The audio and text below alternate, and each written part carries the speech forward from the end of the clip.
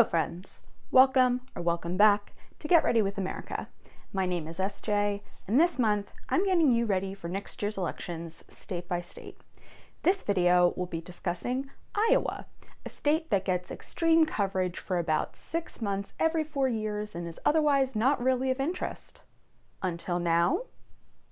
My eye look will be inspired by the state's top export, corn. Will this be the last produce-inspired look? I really don't know. I haven't planned that far, but I kinda doubt it.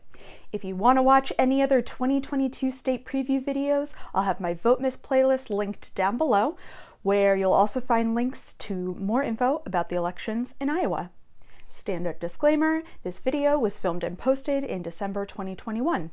I hope the vast majority of the information I'm sharing will still be relevant whenever you're watching this up to the state's primary date, but seeing as not all states have finished their redistricting maps and not all incumbents have announced their intentions, something in this video could be outdated at this point. Check the state government links in the description box for the most up-to-date information.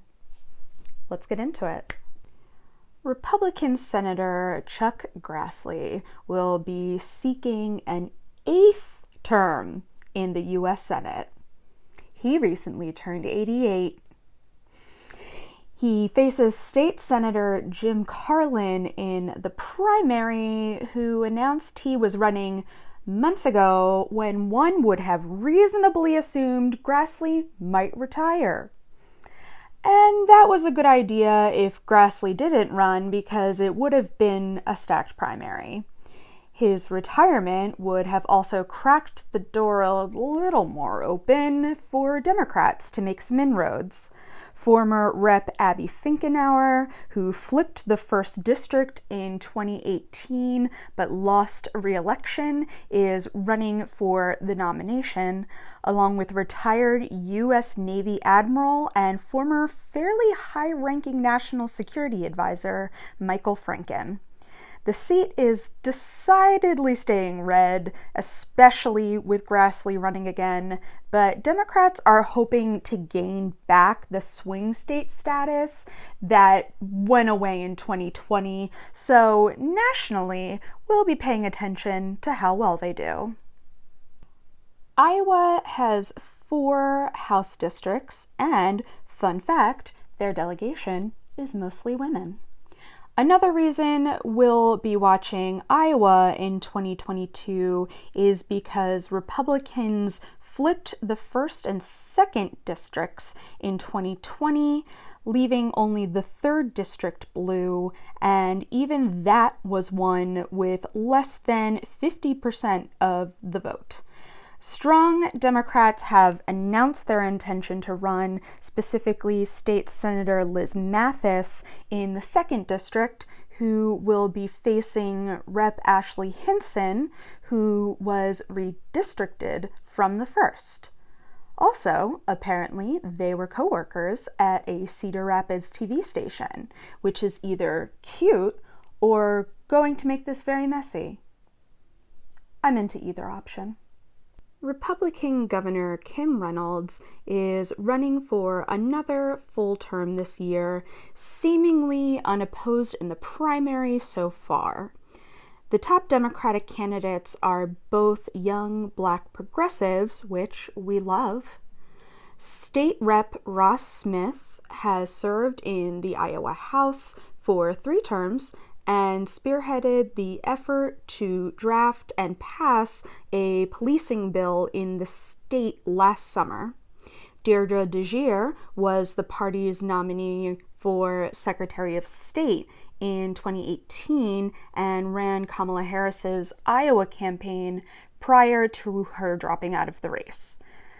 Again, probably going to stay red, but I'm just hoping the Democratic Party, both state and national, don't leave the eventual nominee out to dry, because y'all gotta try all the time to eventually win sometimes.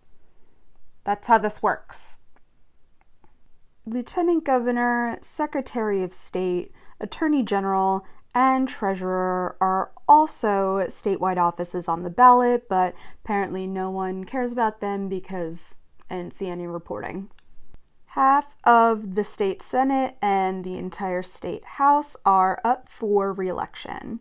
Republicans have a decent majority in both houses, and while there were no changes in the Senate in the 2020 elections, the House Republicans picked up 6 seats, so we'll see if that trend continues. Finally, Iowans will vote on a constitutional amendment protecting the right to keep and bear arms. It would allow the courts to strike down any laws that restrict the sale, possession, or use of firearm if it doesn't fit into a compelling government interest. I'm so tired of people putting so much effort into protecting open access to guns. With all the proposed gun laws in effect, the vast majority of these people would still be able to get whatever firearm paraphernalia they want. I'm so tired of it. Iowa's primary is on June 7th, and the deadline to register to vote is May 23rd, or you can register at the polls. In Iowa, those convicted of a felony according to the state constitution need to have their rights restored by the governor, but last year Governor Reynolds signed an executive order restoring them to anyone who had finished their sentence and said she would do that daily until an amendment to the Constitution was made. 17-year-olds who will be 18 by the general election can register and vote in the primary. There's no early in-person voting, but anyone can apply for an absentee ballot. When you do go to vote in person on election day, you will need to show an ID. You can find more information on all this on the Iowa Voter Ready website, linked in the description box. And that's the look.